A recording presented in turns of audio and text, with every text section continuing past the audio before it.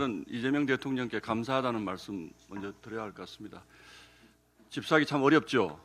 은행 대출 문턱이 지금 막혀서 웬만한 집은 사실은 보통 사람들은 사기가 어렵습니다. 대개 서울에서 집 살려면 뭐 10억 이상 하기 때문에. 그런데 이재명 대통령이 조건 까다롭고 비싼 집 어떻게 하면 살 수 있는지, 그것도 불법도 아니라고 합니다. 그러니까 우리 국민 여러분 많이 활용하시기 바랍니다. 제가 오늘 그 방법 자세하게 말씀을 드리겠습니다. 그런데 그 이전에 이재명 대통령이 소유했다고 하던 분당의 순회동 집이 어떻게 팔렸는지 모르시는 분들이 많은 것 같아서 조금 제가 설명을 드리겠습니다. 이 집이 29억 원에 팔렸습니다.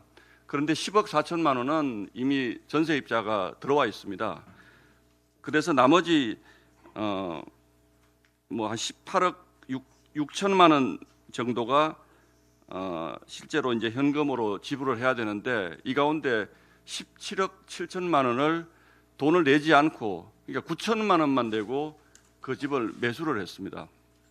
그러니까 29억짜리 집을 9천만 원에 매수하는 법, 이거 아마 유튜브로 만들면 금방 몇십만 구독자가 나올 것 같아요. 근데 이게 불법은 아니랍니다. 근데 저도 잘 몰랐는데 셀러 파이낸싱, 그러니까 파는 사람이 돈 대줘서 집 사게 하는 방식이라고 하니까 여러분들 얼마든지 활용하셔도 법에 저촉되거나 잡혀가실 필요는 없습니다.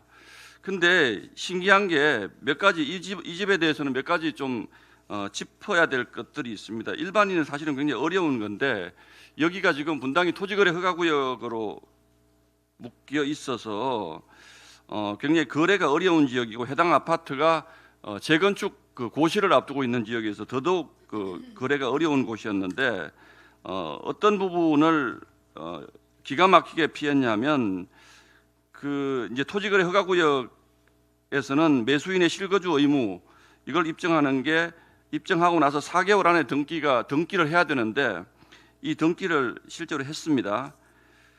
그리고 이 세입자가 있으면 매수인이 실거주자가 안 되지 않습니까?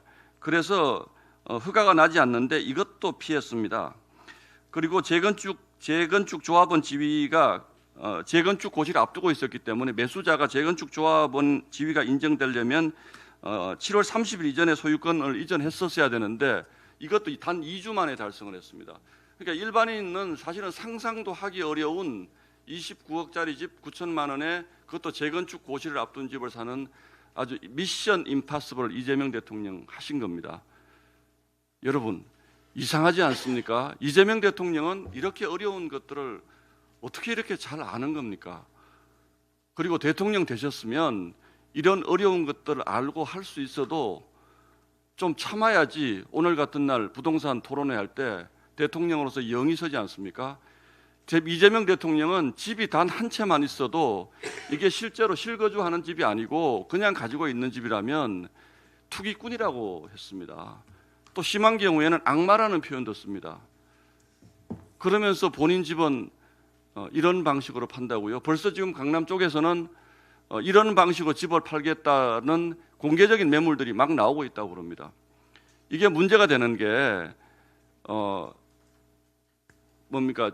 그 건저당권을 설정하고 나면 17억 7천만 원에 대한 이자를 받는 것이 정상인데, 어떻게 된 일인지 이재명 대통령은 전혀 그 집을 산 사람을 모르는 사람인데 이자도 받지 않기로 했다고 합니다.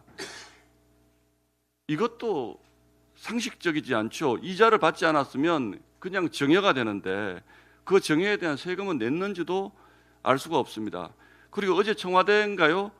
어디에서 유튜버를 만들어 가지고 버젓이 이런 방법으로 거래를 했기 때문에 아무 문제가 없습니다라고 자랑을 합니다.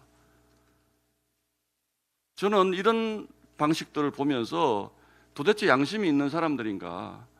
그러면 은행 문턱을 못 넘어서 그동안 발을 동동 구르고 주변 사람들에게 아쉬운 소리 했던 사람들은 도대체 뭘 한 것인가? 여러분, 허망하지 않습니까? 상상도 하지 못한 일을 이렇게 대통령이 해내는 것을 그냥 대통령이기 때문에 대통령이니까 할 수 있겠거니 이렇게 넘길 수 있는 일인가요? 저는 납득하기 어렵습니다. 오늘 부동산 토론회에서 이재명 대통령이 어떤 해명을 하실지 모르지만, 뭐 지금 언론의 관심은 이 집을 산 사람이 누구냐, 이자는 어떻게 지급하기로 했느냐, 이런 관심들이 있는 것 같습니다만 저는 도덕적으로 도대체 대통령이 이런 식의 국민들에게 허탈감을 안겨주는 편법을 아무렇지도 않게 자행하고 그걸 또 나와서 이렇게 했기 때문에 아무 문제 없는 것입니다라고 주장하는 것이 그게 실용입니까? 저는 국민 여러분들이 판단을 하시리라고 믿습니다. 그리고 오세훈 시장 어제 1심에서 1,000만 원 선고난 것과 관련해서 짤막하게 한 말씀만 드리겠습니다. 저는 법리적 판단은 법원에서 했을 거라고 믿고 있습니다. 또 항소심이 있고 대법원이 있기 때문에 그 부분에서 또 충분히 다퉈볼 여지가 있다라고도 생각을 하고 있고 야당 소속의 서울시장에 대해서 이렇게 신속하게 재판을 진행한 이유가 뭔지에 대해서만 좀 한 말씀만 드리겠습니다. 이재명 대통령은 5개의 재판을 받으면서 다 중단을 시켰습니다. 대통령이기 때문에 국민들의 삶을 돌봐야 되기 때문에 재판할 수 없다는 거죠. 그리고 그 재판조차 없애기 위해서 민주당이 지난 1년 동안 무지한히 애를 썼고 지금도 공소 취소를 하겠다고 지금 벼르고 있습니다. 그런데 국민 입장에서 보시죠.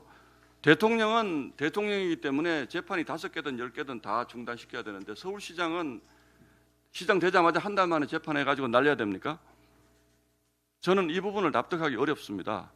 물론 죄 지은 사람 죄 지어야죠. 그렇기 때문에 오세훈 시장 재판 진행한 속도로 이재명 대통령 재판도 진행을 해 주시는 것이 사법정의에 저는 맞다라고 생각합니다. 그게 정상적인 국가라고 생각을 합니다.